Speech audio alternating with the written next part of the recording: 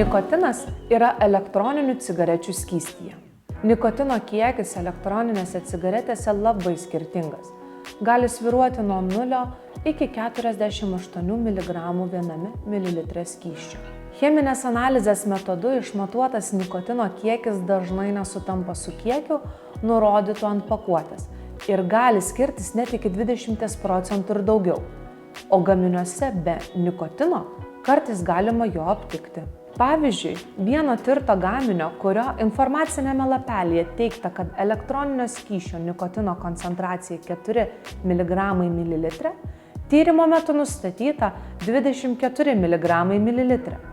Tai sukuria potencialų pavojų elektroninių cigarečių vartotojams dėl netikslios ar tiesiog melagingai pateikiamos cheminės elektroninių skysčių sudėties, ypač dėl galimo nikotino perdozavimo pavojaus, jei vartotojas mano, kad vartoja produktą be nikotino. Nikotinas turi žalingą neurokognityvinį poveikį ir priklausomybę sukeliančių savybių, ypač besivystančiose paauglių ir jaunų suaugusiųjų smegenyse iki 25 metų amžiaus. Nikotino poveikis paauglystėje neigiamai veikia atmintį, dėmesį ir emocinį reguliavimą bei mokymąsi. Paauglystėje smegenys patiria esminius struktūrinius pokyčius, o tam tikros ląstelės smegenyse reguliuoja nervų brendimą. Ankstyvas nikotino poveikis sutrikdo šį procesą, todėl paaugliui tampa sunku mokytis, susilpnėja atmintis ir kyla problemų dėl emocijų reguliavimo. Paprastai tariant, kiekvieną kartą, kai sukuriamas naujas prisiminimas arba išmokstamas naujas įgūdis, tarp smegenų ląstelių sukuriami stipresni ryšiai, arba kitaip tariant sinapsės. Jaunų žmonių smegenis sinapsės sukuria daug greičiau nei suaugusiųjų smegenis. Nikotinas keičia šių sinapsių susidarimo būdą.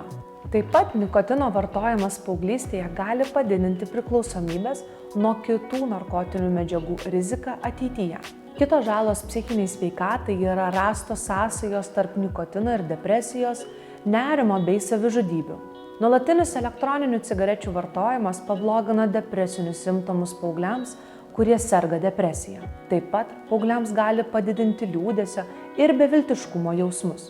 Gali padažnėti minčių apie savižudybę kiekis. Didelį nerimą kelia atrastas ryšys tarp elektroninių cigarečių vartojimo bei pirmojo psichozės epizodo rizikos bei šizofrenijos. O ypač tie, kurie išbandė elektroninės cigaretės su priemaišomis, beveik 2 kartus dažniau patyrė psichozinius išgyvenimus negu nerūkantieji. Kas yra psichozė?